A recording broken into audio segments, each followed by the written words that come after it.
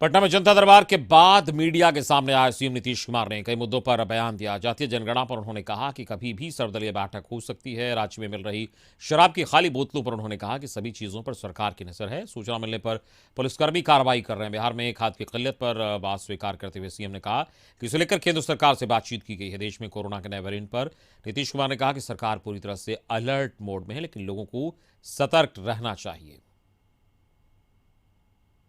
In principle तो पहले ही से हम लोग बार बार कह रहे हैं, लेकिन हम तो इसलिए ऑल पार्टी मीटिंग करना चाहते हैं कि इसके बारे में सब लोगों की समझ बहुत साफ होनी चाहिए कि हम किस तरह से करेंगे सेंसस। सब लोगों की राय और उसके बाद जो कुछ भी हो रहा, हम खाली आपको इतना ही बता देते हैं कि इसके बारे में कैसे करना है, किस प्रकार से करेंगे, किस माध्यम से करेंगे, सब पर हम पूरी तैयारी करवा रहे हैं।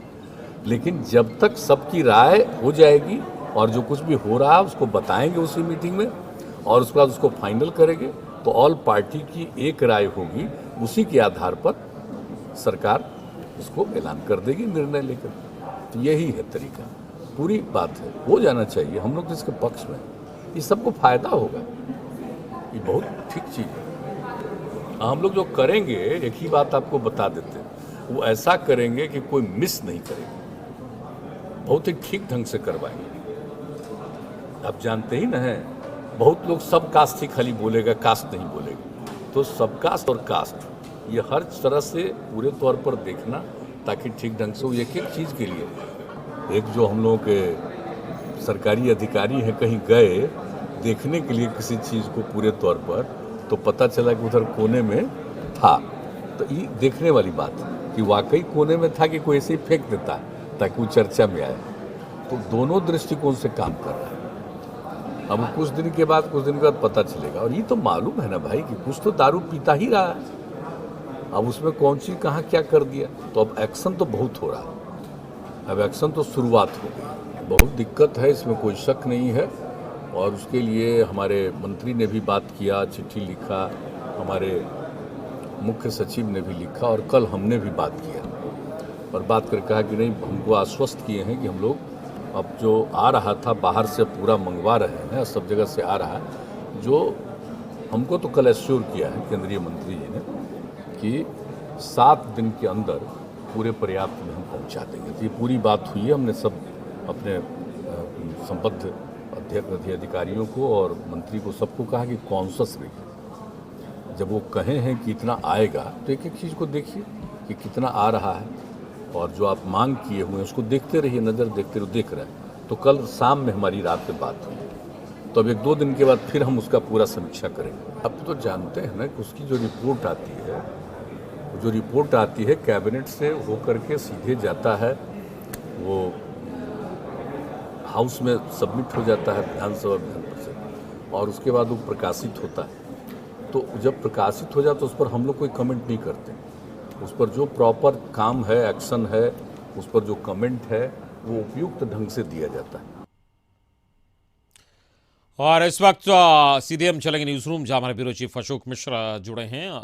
अशोक, अगर देखा जाए आज जनता दरबार के बाद अलग अलग मुद्दों पर सीएम ने राय रखी और जातीय जनगणना को लेकर बड़े संकेत दिए हैं। साथ ही उन्होंने खाद की जो कमी है उसको लेकर भी आश्वस्त किया है बिहार की जनता को। वहीं सीएजी रिपोर्ट पर टिप्पणी करने से इनकार कर दिया है।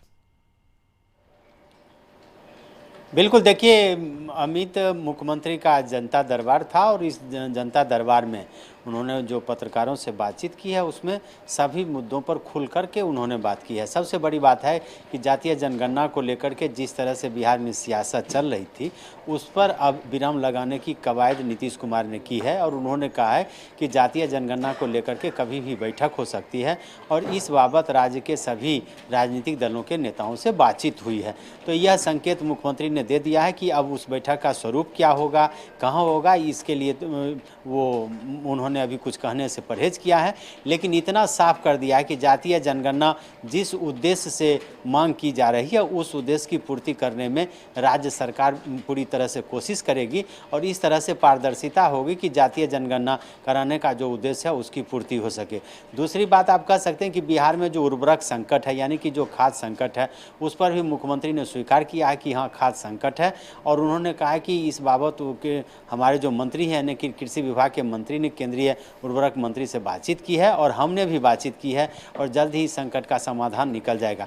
लेकिन जो सबसे बड़ी बात है कि मुख्यमंत्री ने कहा है कि बिहार में जो शराबबंदी कानून है उस कानून को लेकर के जिस तरह से भ्रम की स्थिति फैलाई जा रही है और अब जगह जगह पर खाली बोतलें जो मिल रही है उस पर भी उन्होंने कहा कि हमारी पैनी नज़र है इस पर और अब इस बात का भी हम लोग जांच करवा रहे हैं कि आखिर जहां पे शराब की खाली बोतलें मिल रही है वास्तव में वहां के लोगों ने शराब पिया है क्या या यूं ही वहां पर फेंक दिया गया है। तो इस तरह से शराबबंदी मामले पर नीतीश ने एक बार फिर से अपनी दृढ़ता का संकेत दिया है और कहा है कि इस शराब की खाली बोतलें मिलने को लेकर के अब राज्य के बाहर की जो मीडिया है और खास करके जो अखबार हैं वो राज्य सरकार पर निशाना साध रहे हैं और यूँ कह सकते हैं कि इस मामले को लेकर के राज्य की छवि को खराब कर रहे हैं।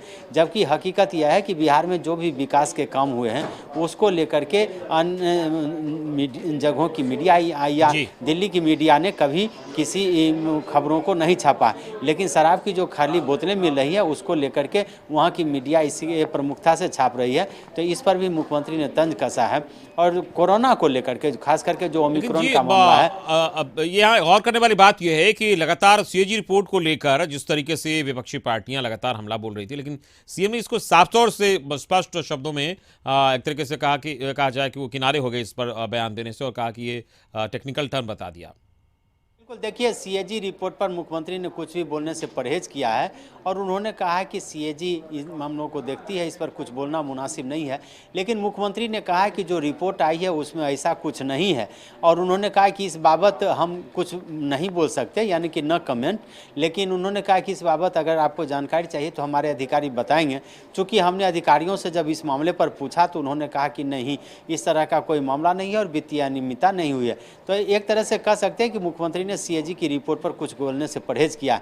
लेकिन मुख्यमंत्री ने जिस तरह आज जनता दरबार में विभिन्न मुद्दों को लेकर के अपनी बात स्पष्ट की है उससे साफ है कि शराबबंदी कानून को लेकर के वो किसी पीछे हटने को तैयार नहीं है और जातीय जनगणना को लेकर के जिस तरह से सियासत चल रही थी उस सियासत को भी अब वो विराम देना चाहते हैं। जी, इस पूरी बातचीत के लिए बहुत बहुत शुक्रिया आपका। तो इस वक्त ब्यूरो चीफ अशोक मिश्र बता रहे थे किस तरीके से जनता दरबार के बाद अलग अलग मुद्दों पर सीएम ने अपनी राय रखी और साफ तौर पर सीएजी रिपोर्ट को लेकर कहा कि ये इस पर कमेंट करना उचित नहीं है। वहीं शराबबंदी कानून को लेकर उसके सख्ती को लेकर भी उन्होंने अपनी प्रतिबद्धता को दोहराई है और इसके अलावा अलग अलग मुद्दों पर राय रखते हुए जातीय जनगणना को लेकर भी स्पष्ट संकेत दे दिए हैं।